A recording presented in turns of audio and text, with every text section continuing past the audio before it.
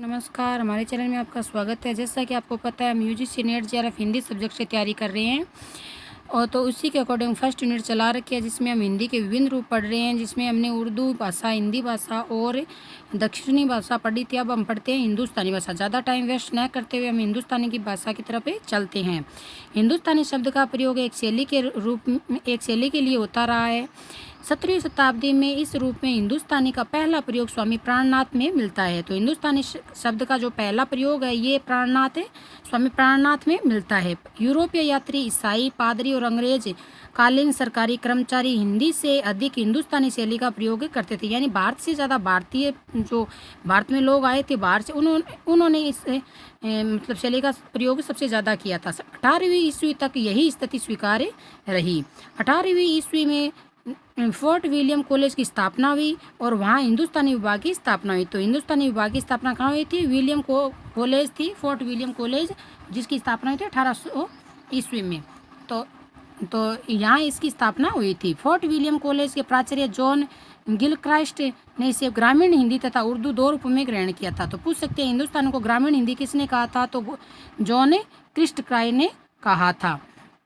उर्दू दो रूपों में ग्रहण किया जाता है। फोर्ट विलियम कॉलेज में हिंदुस्तानी के नाम पर भी पढ़ाई जाती थी। देखो मित्रों, एग्ज़ाम के पॉइंट ऑफ व्यू से टॉपिक अच्छा है, बोरिंग तो है, लेकिन एग्ज़ाम में अगर नंबर प्राप्त करने हैं तो आपको ऐसे टॉपिक पढ़ने ही पड़ेंगे। इसके और कोई चारा नहीं है, क्योंकि आपको पता है सफलता के पीछे बहुत सारी मेहनत होती है, उसकी कोई शॉर्ट ट्रिक नहीं है। लगातार आप मतलब कार्य करते रहो, उसके पीछे मत देखो कि हमने कितना किया, वो मत देखो, बस पढ़ते रहो, कार्य करते रहो।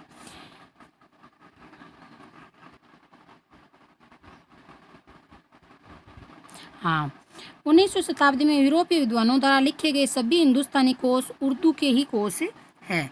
यानी 19वीं शताब्दी में यूरोप के जो विद्वान आए थे यहाँ भारत में, वो सारे कोश लिखे थे उन्होंने, वो हिंदुस्तानी या उर्दू में ही लिखे थे। हेनरी यूल तथा बर्गेल कृत प्रसिद्ध कोश कौन सा है? जो ऑप्शन एंड जॉब्सन किसके द्वारा रचित है? हेनरी यूल व बर्गेल। इनके अनुसार भी हिंदुस्तानी जबान को भी उर्दू कहा गया है। 17वीं शताब्दी में जब पुर्तगाली हिंदुस्तान में व्यापार के लिए आए थे तो उन्होंने देश की भाषा, देश के नाम हिंदुस्तान के आधार पर हिंदुस्तानी रखा और अंग्रेजों ने आके इसको हिंदुस्तानी बोल दिया या रूपांतरण कर दिया। डॉक्टर सुनीति कुमार चटर्जी ने भी इसका प्रयोग 17वीं शताब्दी के आरंभ में से ही स्वीकार किया है, लेकिन डॉक्टर भोलानाथ तिवारी ने इसे 15वीं शताब्दी से पहले स्वीकार किया है। बाबर की आत्मकथा तुझके बाबरी में भी हिंदुस्तानी शब्द का उल्लेख मिलता है। तो बाबर की जो आत्मकथा है वो तुझके बाबरी है, जिसमें हिंदुस्तानी शब्द का उल्लेख मिलता है। आगे देखो, हिंदुस्तानी के प्रसिद्ध प्रबल समर्थक एवं प्रचारक कौन थे? महात्मा गांधी सबसे ज़्यादा थे, जिसने हिंदुस्तानी वह बताया था और इसके समर्थक थे और इसका प्रचार भी सबसे ज़्यादा किया था। किसने? महात्मा गांधी ने। इन्होंने कहा था महात्मा गांधी ने कि हिंदुस्तानी वह भाषा है जिसको उत्तम में हिंदू व मुसलमान बोलते हैं और नागरी तथा फारसी लिपि में लिखी जाती है। ठीक है। 1935 में महात्मा गांधी ने हिंदी साहित्य सम्मेलन के नागपुर अधिवेशन के अवसर पर हिंदी को देश के नाना वर्णों और समुदायों को जोड़ने वाली अर्थात एकता की भाषा कहकर राष्ट्रीय भाषा घोषित कर दिया था। यानी हिंदी को राष्ट्रीय भाषा घोषित कब किया गया था? हिंदुस्तानी को 1935 में। कहाँ किया गया था? नागपुर अधिवेशन में। कहाँ किया था? हिंदुस्तानी सम्मेलन में। किसने किया था? महात्मा गांधी ने। क्या किया था? राष्ट्रीय भाषा घोषित किया था। कब किया था? 1935 में। ऐसे आपको याद करना है।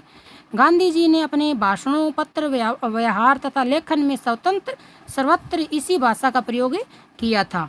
इनके प्रचार प्रसार हेतु 1938 में सैयद महमूद, ताराचंद, भगवान दास, जाकिर हुसैन, सैयद सुलेमान परदवी आदि विद्वानों में हिंदुस्तानी के आंदोलन को